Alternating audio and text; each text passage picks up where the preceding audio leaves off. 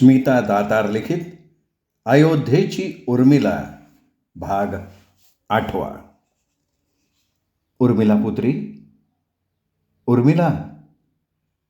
सुमित्रा तिच्या उशाशी बसून तिला हाका मारत होत्या. उर्मिला स्वप्न आणि वास्तव याच्या मधल्या अवस्थेत होती. लक्ष्मणाचा जाणारा रथ ती हात उंचावून थांबवू पाहत होती, पण तिचे हात पुतळ्यासारखे अचल झालेले होते. मनातल्या दुःखानं तिचा मेंदू बधीर झाला होता. जिभेवर कसल्या तरी मिरमिरीत वाटण्याची चव होती.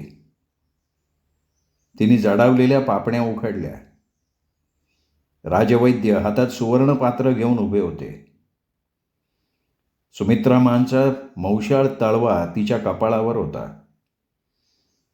बाजूला धनु तोंडात पदराचा बोळा कोंबून रडत उभी होती. उर्मिला तिच्या प्रासादात होती, मंचकावर निजली होती. कोपऱ्यात मंद समया तेवत होत्या. दालनात अतिशय कमी उजेड होता. लक्ष्मणाचा रथ जाताना बघून उर्मिला गच्चीतच कोसळली होती. नशीब धनु वेळेवर तिथे पोचली होती. आता रात्री ती शुद्धीवर आली होती. प्रिय. उर्मिला तिच्या आणि लक्ष्मणाच्या एकांतातल्या नावानं लक्ष्मणाला पुकारत होती, पण तिचा आवाज ओठांवरूनच माघारी फिरत होता. नाथ. उर्मिलेच्या तोंडून पुन्हा अस्फुट उद्गार आले. तू शांत पडून राहा बरं पुत्री. सुमित्रा तिला मायेनं थोपटत होत्या. प्रिय, मला टाकून जाऊ नका. मला मला माझा पत्नी धर्म निभावू द्या प्रिय. मला टाकून जाऊ नका. उर्मिला क्षीण आवाजात पुटपुटत होती. उर्मिले, भानावर ये पुत्री. माझा आणि तुझा लक्ष्मण वनवासात गेलाय आपल्याला सोडून. सुमित्रा माचा आवाज हुंदक्यांनी ओलावला होता. नाही, मी नाही राहू शकणार माझ्या नाथांशिवाय. त्यांना परत बोलवा मा. उर्मिलाला वास्तवाचं भान आलं होतं, पण ते वास्तव मान्य करायला ती तयार नव्हती. धनुनं कोपऱ्यातली आणखीन एक समई उजळली. निश्चित पडलेली उर्मिला किंचाळली, नकोय मला तो उजेड. विझवून टाक ती समई. माझ्या नशिबात आता अंधकारच अंधकार आहे. ती उठून समईला फुंकर मारायला धावू लागली, तशी धनुने तिला घट्ट धरून ठेवली. धनुनं तिला परत मंचकावर निजवलं. अश्रुपात करून उर्मिलेचे डोळे सुजले होते. सुमित्रा मांच्या हातात एका चांदीच्या वाटीत दूध होतं. बाळ, थोडं ताजं दूध घे. त्यांच्या एकेका शब्दातून माया ओथंबत होती, पण उर्मिलानं मान फिरवली. तिची तहान भूक लक्ष्मणाबरोबर निघून गेली होती. 2 दिवस असेच गेले. उर्मिलेनं अन्नपाणी सोडलं होतं. उर्मिला आढ्याकडे दृष्टी लावून मंचकावर झोपून राहायची, जणू तिची प्राणशक्ती तिच्या शरीरातून कोणी शोषून घेतली होती. ती प्रासादाच्या गवाक्षातून सरोवराकडे तासनतास पाहत राहायची. मध्येच संतापाच्या भरात ती सौधातून गच्चीवर धावत सुटायची आणि उत्तरेच्या महाद्वाराकडे बघत, नाथ, मला सोडून जाऊ नका, लक्ष्मणा, अशा आर्त हाका मारायची. तिच्या खांद्यावर येऊन बसणारा पोपटही दुरून तिच्याकडे खिन्नपणे पाहत राही. सुमित्रा देवींनी धनुला उर्मिलेची सावलीसारखी सोबत करायची शपथ घातली होती. धनु तिला एक क्षण एकटं सोडत नव्हती. न जाणं उर्मिला भावनेच्या भरात काहीतरी भलतंसलतं करून बसेल. धनु घाबरली होती.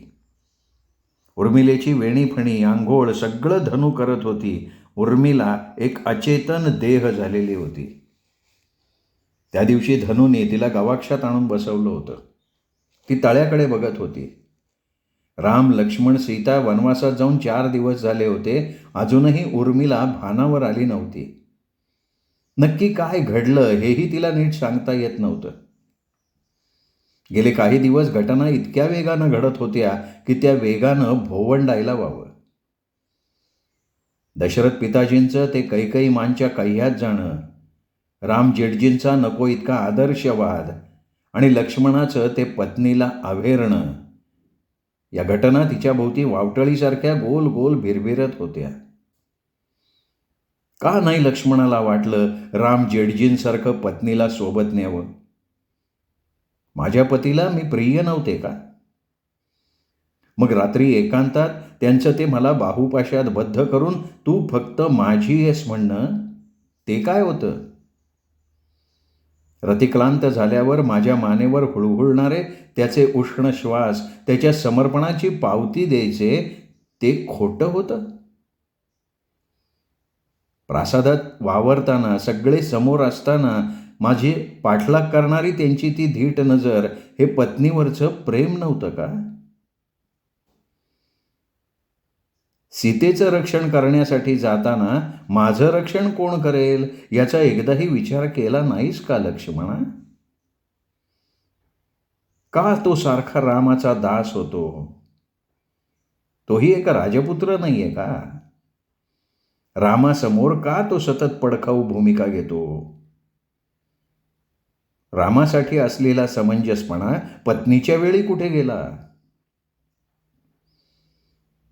लक्ष्मण घरातल्यांची काळजी घेण्यासाठी मला मागे थांब म्हणाला, अयोध्येच्या प्रजाजनांसाठी थांब म्हणाला. भरत, मांडवी, शत्रुघ्न, कीर्ती आहेत ना सगळं सांभाळायला. मग मीच का थांबायचं? एक माणूस म्हणून देखील कोणी मला समजून का घेतलं नाही? प्रश्न प्रश्न प्रश्न. उर्मिलेच्या मनातली असहाय्यता आता संतापाचं रूप घेत होती. उर्मिलेच्या डोळ्यातून संताप खारट अश्रू होऊन बाहेर येत होता. तळ्यात विहार करणारे पक्षी पण थपकून आपल्याकडेच बघतायत असं तिला वाटलं. तिला खेद झाला. तिला आठवलं त्या दिवशी ती तिघं वनवासाला निघताना दासदासींची हलक्या आवाजात कुजबूज चालू होती. आपलंच नाव ऐकून उर्मिला थबकली होती. एक दासी दुसऱ्या दासीला म्हणत होती, लक्ष्मण राजकुमारांना उर्मिला राजकुमारी भावत नसतील. थोरल्या महाराजांनी मुलांचे विवाह करून दिले खरे, पण मुलांचं मत विचारलं नसेल. नाहीतर नवीन लग्न झालेल्या बहूला असं कोण सोडून निघून जाईल? युवराज राम तर घेऊन जात आहेत सीता बहूला. तर दुसरी दासी म्हणाली, मी म्हणते लक्ष्मणजी असे सारखे रामजींच्या मागे मागे का असतात? रामजी राजा झाले तर त्यांना प्रधानमंत्री होता येईल म्हणून का काय? या मोठ्या लोकांचे विषयच वेगळे असतात. एक दास म्हणाला, एक तरुण राणी असताना सुद्धा दशरथ राजांनी 2 नवीन राण्या आणल्या. तसंही असेल. लक्ष्मणजी अजून एक विवाह करतील. काय दाच आहे आपल्याकडे अनेक पत्नी करण्याचा? आम्हाला परवडत नाही म्हणून आम्ही एकच विवाह करून थांबलोय. राजे कायदे करणार आणि फायदे पण तेच घेणार. दासी म्हणाली, अगं बाई, वनातच लक्ष्मण युवराजांनी दुसरा विवाह रचला नाही म्हणजे नशीब. 14 वर्ष स्त्रीशिवाय काढायची म्हणजे कठीणच. सगळे खुसखुसत हसायला लागले. उर्मिला तिथून परत पावली धावत सुटली होती. आता देखील तिच्या मनात तेच होतं. असुरक्षितता, अपमान. धनूनं किती समजावलं पण लक्ष्मण दुसरी पत्नी आणेल हे काही तिच्या मनातनं जाईना. तिला अचानक मा आणि तातांची आठवण आली. तात, मी तुमची पोटची लेक, पण माझं स्वयंवर रचावं असं नाही वाटलं तुम्हाला? मी सहज साध्य वाटले लक्ष्मणाला म्हणून तर त्यांनी माझा त्याग केला. रामानं कठीण पण जिंकून जिजीला प्राप्त केलंय म्हणून त्यांना पत्नीची किंमत कळलीये का? सतत उलटसुलट विचार आणि संतापानं तिचं डोकं फुटायची वेळ आली. 14 वर्ष कशी काढणार आहे मी? 14 वर्ष एकटीनं कुणाशी बोलू? या पक्ष्यांशी, वेलींशी, का आयुष्य सुखानं उपभोगलेल्या 3 सासवांशी? का पतीच्या कुशीत झोपणाऱ्या 2 भाग्यवान बहिणींशी? कुणाशी बोलू? कुणाला सांगू? काय करू? काशीचं रथ घेऊन अरण्यात जाऊ आणि लक्ष्मणाचा शोध घेऊ? काय करू? उर्मिला डोकं धरून बसली.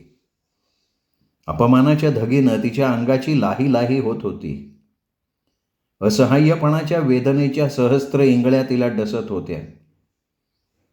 संगमरवरी फरशीवर ती पाण्याविना मासोळीसारखी तडफडत होती. संगमरवराची शीतलता तिचा दाह शमवायला पुरेशी नव्हती. धनुनी चंदनाचा लेप तिच्या कोमल कपाळावर घातला. त्याचे ओघळ तिच्या लालबुंद कुंकवावर यायला नकोत म्हणून ती मोरपंखानं वारा घालायला लागली. धनुला ती शापित अप्सरेसारखी दिसली. अप्रतिम सुंदर, कमनीय, धवलगोरी, रेखीव, पण चेहऱ्यावर दुःख असलेली. धनु हलके हलके तिची मौशार पावलं चेपत बसली. उर्मिलेप्रती आपली सहानुभूती आणि प्रेम व्यक्त करण्याचा एवढा एकच मार्ग होता तिच्याकडे. मानी उर्मिला सैरभैर झाली होती. हार किंवा पराजय स्वीकारणं एखाद्याच्या स्वभावात नसलं आणि दुर्दैवानं तो वाट्याला आला तर त्या व्यक्तीला मानसिक त्रास जास्त होतो. कुणाकडून तरी अव्हेरलं जाणं अशा व्यक्तीच्या जिव्हारी लागू शकतं. त्यावर मात करताना मनाच्या शक्तीचा कस लागतो. उर्मिला तत्वज्ञानाची विद्यार्थिनी होती, पण आता तिची बुद्धी, तिचा विवेक तिला सोडून गेला होता. धनु तिची राजवैद्यांनी दिलेली औषधं मात्र आणायला आत गेली. ती बाजूला झाल्यावर उर्मिला प्रासादातून मुख्य प्रवेशद्वाराच्या दिशेनं धावत सुटली. तिला तशी धावताना पाहून काय करावं ते न सुचल्यामुळे सेवक सेविका तिला बघून नमस्कार करून वाटेतून बाजूला होत होते. उर्मिलेनं महाद्वाराजवळ उभ्या असलेल्या घोड्यावर मांड टाकली आणि तिने घोड्याला टाच देऊन अयोध्येच्या वेशीच्या दिशेनं पळवायला सुरुवात केली. तिने भरधाव सोडलेला घोडा वेशी बाहेरच्या रानात शिरला. इथं रान गच्च होतं. हरण सांबर इथे मुक्तपणे फिरायचे. कोल्हे तरस त्यांच्या मागावर असायचे. मोठ्या झाडांवरनं नाग, अजगर हेलकावे घेत खाली झेपावायचे. रानातल्या तळ्यावर पाणी प्यायला वाघ, सिंह यायचे. उर्मिलेचं भान हरपलेलं होतं. ती प्रासादातून अनवाणी नेसत्या वस्त्रांनीशी निघाली होती. जणू घोड्यावरून ती लक्ष्मणाचा पाठलाग करत होती. तो गेला होता ती दिशा तिला शोधायची होती. तो गेला होता त्या वाटेनं तिला जायचं होतं. त्याला गाठायचं होतं आणि त्याच्यासोबत पुढची वाट चालायची होती. आपण तेव्हाच सीतेप्रमाणे वनात जाण्याचा ठाम निश्चय करायला हवा होता. घोड्याला टाच देताना तिच्या मनात हेच विचार थैमान घालत होते. ती आता माघार घेणार नव्हती. ती लक्ष्मणाला शोधून काढणार होती. घोडदौड करून तिचं कपाळ घामानं डवरलं होतं. तिचं उत्तरीय तिच्या अंगाला घामानं चिकटून बसलं होतं. उर्मिला श्रमांनी लालबुंद झाली होती. घोड्याच्या तोंडातून फेस गळत होता. ती सारखी घोड्याला टाच देत असल्यानं घोडा वाट फुटेल तिकडे चौखूर उधळला होता. वाटेत येणारे झरे खडक पार करत तो उर्मिलेला पुढे नेत होता. इकडे राजवाड्यात ज्या सैनिकांनी महाद्वारावरून युवराजनी उर्मिलेला घोड्यावर स्वार होताना बघितलं, त्यांनी प्रमुखांना वर्दी दिली. सुमंत्रांच्या कानावर बातमी गेली. त्यांच्या मनात भीती दाटली. त्यांनी सशस्त्र घोडदळ लगोलग युवराजनी उर्मिला गेल्या त्या दिशेनं पाठवण्याचे आदेश दिले. ते आपणही मागून रथातून निघाले. प्रासादातल्या स्त्री कक्षात वार्ता जाऊ नये म्हणून त्यांनी दक्षता घेतली. भरधाव निघालेल्या घोडेस्वारांनी उर्मिलेच्या घोड्याचा माग काढत जंगलात प्रवेश केला. राजकन्या खूप दाट जंगलात निघून गेल्या होत्या. सैनिकांनी प्रयत्नांची शर्थ केली. शेवटी त्यांना दूरवर भरधाव जाणारा घोडा दिसला. वेगात दौडणारा घोडा थांबवताना घोडा त्याच्यावरच्या स्वाराला फेकून देण्याची शक्यता अधिक असते. राजकन्येचा जीव वाचवायला हवा होता. राजकन्या उर्मिलेला वाचवण्यासाठी एका सैनिकानं प्राणांवर उदार होऊन उर्मिलेच्या धावत्या घोड्यावर झेप घेतली.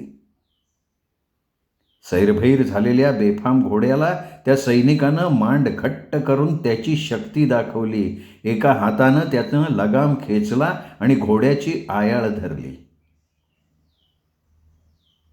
बेफाम झालेला घोडा त्याचा वेग कमी करत शांत झाला.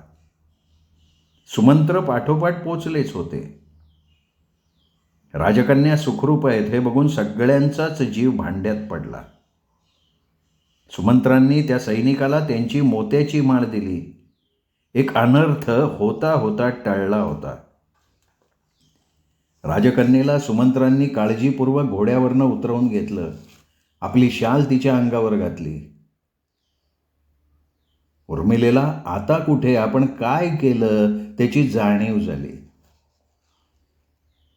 जनकपुत्री, क्षमा असावी. आपण निशस्त्र एकट्याच या निबिड अरण्यात निघून आलात जनकपुत्री. सुमंत्र कसं बसं बोलले. उर्मिलेचे रडवे डोळे बघून त्यांनाही गलबलून आलं. हिच्या तळव्याच्या मेहंदीचा गंधही गेला नसेल अजून आणि ही पोर काय वनवास भोगतीये. वनवास? हो, वनवासच. लौकिकार्थानं राम, सीता, लक्ष्मण वनात आहेत, पण ते तिथे एकत्र गेलेत. ही पोर इथे एकटी पडली आहे. लक्ष्मणाचं निर्धारानं वनात जाणं त्यांना आठवलं. चुकलं का त्याचं? पत्नीला वनात नेता तर 2-2 स्त्रियांना सांभाळण्याची जोखीम त्याच्यावर आली असती. पण 14 वर्ष ही एकटी कुलवधू इथे काय करेल? साक्षात राम वनात असताना तिथे लक्ष्मणाची गरज होती का? नक्की काय चुकलं? कोणाचं चुकलं? लक्ष्मणानं उर्मिलेशी बोलायला हवं होतं, तिला विश्वासात घ्यायला हवं होतं, हे खरं आहे. चुकलंच लक्ष्मणाचं. कुलवधू उर्मिला जनकराजांची धाडसी पराक्रमी कन्या आहे. ही साक्षात अग्निशिखा आहे. तिचं हे असं व्हायला नको होतं. सुमंत्रांनी उर्मिलेला सन्मानपूर्वक रथात बसवलं आणि पित्याच्या काळजीनं तिला माघारी घेऊन आले. सुमित्रा राणी काहीच बोलल्या नाहीत. त्यांनी तिला छातीशी घट्ट कवटाळलं. उर्मिलेनं थकून स्वतःला त्यांच्या ममतेच्या मिठीत झोकून दिलं. एका उदास संध्याकाळी उर्मिला गवाक्षातून सरोवराकडे एकटक पाहत होती. सरोवरात हंसांच्या जोडीचा विहार चालला होता. क्षणात हंस हंसीच्या जवळ यायचा, तिच्या मानेत चोच खुपसायचा. हंसीचं अंग थरथरायचं. ती लटकेच दूर जायची. हंस परत तिचा अनुनय करायला तिच्या मागे जायचा. मग दोघे थोडा वेळ ऐटबाज वळणं घेत विहरायचे. पुन्हा हंस लढिवाळपणे हंसीच्या मानेत चोच खुपसायचा. सरोवराच्या पाण्यावर त्यांच्या मनोहर विभ्रमांचे तरंग उठत होते. उर्मिला अचानक उठून उभी राहिली. कोपऱ्यात लक्ष्मणाचा धनुष्य बाण होता. तिने तो घेतला आणि ती तीरासारखी सरोवराकडे धावत सुटली. तिने हंसाच्या जोडीतल्या एका हंसावर बाण रोखला. तो ती सोडणार तेवढ्यात तिच्या हाताला हिसडा बसला आणि ती कोलमडली. काय करतीयस उर्मिले? तिच्यासाठी क्षीरओदन घेऊन आलेल्या सुमित्रामांनी तिच्या हातातला धनुष्य बाण काढून घेतला. उर्मिला हमसून हमसून रडायला लागली. ते हंस पक्षी तिचे आवडते होते आणि आज त्यांची जोडी ती विलग करायला निघाली होती. मा काय पाप करणार होते मी? मला माफ करा. माग कुठे असतील हो लक्ष्मण? काय करत असतील? त्यांना माझी आठवण येत असेल का? मी काय करू? ते असे कसे मला टाकून निघून गेले उर्मिला स्फुंदून स्फुंदून रडत होती. रडून घे पोरी, रडून घे.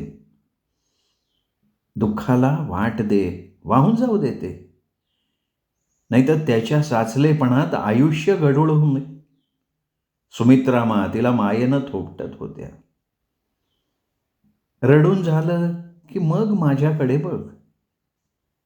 त्यांच्या बोलण्यानं उर्मिला भानावर आली. तिने सुमित्रामाकडे पाहिलं. गेल्या 4 दिवसात सुमित्रामांचे अर्धे केस पांढरे झाले होते. चेहऱ्यावर सुरकुत्या दिसायला लागल्या होत्या. गेले काही दिवस झोप नसावी असा त्यांचा चेहरा ओढवला होता. खांदे झुकले होते.